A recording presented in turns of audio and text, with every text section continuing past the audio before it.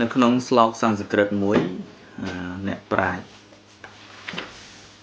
ម្នាក់លោកបានតែងអំពីស្លោកសំស្ក្រឹតដែលលោកពោលនៅស្លោកមួយថាមុខੰពវិត្រੰយតិបុទ្ធវាក្យੰចិន្ទេពិយស្មិងករុណាគុណស្យហស្តੰពវិត្រੰប្រដដាតិដានੰបាតੰពវិត្រੰဂមនੰសុភੰចេចឹងនៅក្នុងស្លោកសំស្ក្រឹតនេះលោកប្រែជាភាសាស្រីលង្កាខ្ញុំកណាឃើញថាល្អក៏យកមកចង់ចែករំលែកជាភាសាខ្មែរចឹងមុននឹងប្រែជាខ្មែរខ្ញុំកណាអានជាភាសាស្រីលង្កាហើយចាំប្រែជាខ្មែរមុខੰពវិត្រੰយតិបុទ្ធវាក្យੰយ៉ាមេកបុទ្ធវចនេគិយាតតាបុគ្គលណារមែងពោលនៅពុទ្ធវចនៈចិន្ទេពិយស្មិងករុណាគុណស្យមៃទ្រីករុណាសិតាតរមែងចម្រើនចិត្តរបស់ខ្លួនឯងដោយមេត្តាធម៌ហស្តੰពវិត្រੰប្រដដាតិដានੰដានដេតដោយវេរដាយកកម្មងយេតរមែងញ៉ាំងខ្លួនរបស់ខ្លួនឯងឲ្យចេះចែកទានដល់អ្នកដទៃនិង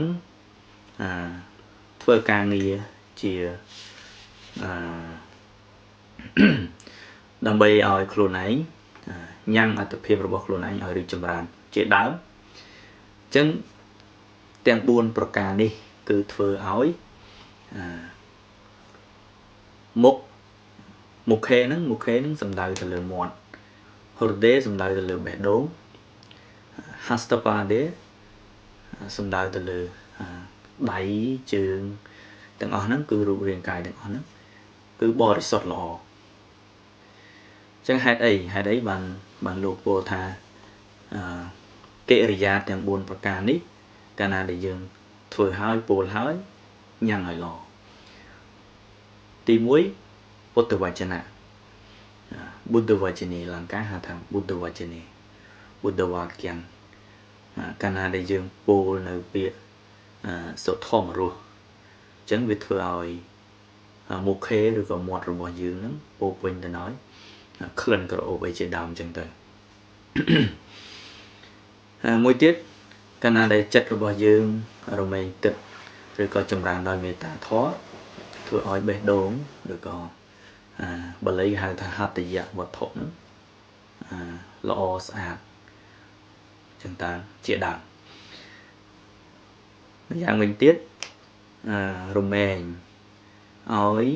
ខ្លួនឯងចេះបរិច្ចាគទានទៅដល់អ្នកដទៃដែលកំពុងស្រែកឃ្លានជាដើមនោះធ្វើឲ្យកាយដៃជើងរបស់យើងប៉ុន្តែអ្វីដែលសំខាន់គឺចិត្តរបស់យើងនោះទៀតធ្វើឲ្យចិត្តរបស់យើងនឹងកាន់តែស្អាតអញ្ចឹងនៅក្នុងស្លោកសំស្ក្រឹតនេះលោកបញ្យលឲ្យយើងចេះកុំឲ្យពោលនៅមុសាឲ្យយើងចេះទម្លាប់រកខ្លួនឯងឲ្យពោលតែពុទ្ធវចនៈពោលធម៌ជាដើមវានាំកុសលដល់ខ្លួនធ្វើឲ្យមាត់របស់ខ្លួនឯងក្អូបហ្នឹងណាអញ្ចឹងការគិតក៏ដូចគ្នាកាលណាយើងគិតតែរឿងអវិជ្ជមានវាមិនមានអ្វីជាការចម្រើនដល់ចិត្តគំនិតរបស់យើងទេនាំឲ្យយើងកាន់តែវិនាសអញ្ចឹងតែអញ្ចឹងខ្ញុំបកណ្ណាអាត្មាភាពសង្ឃឹមថាពោលទាំង4ប្រការនេះគឺយើងនឹងយកទៅ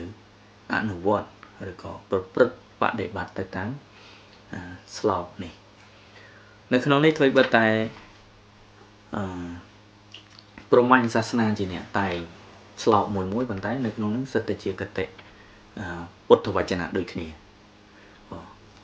អញ្ចឹងចូលញ៉ាំងខ្លួនឯងឲ្យស្ថិតនៅក្នុងបញ្ញាញាណ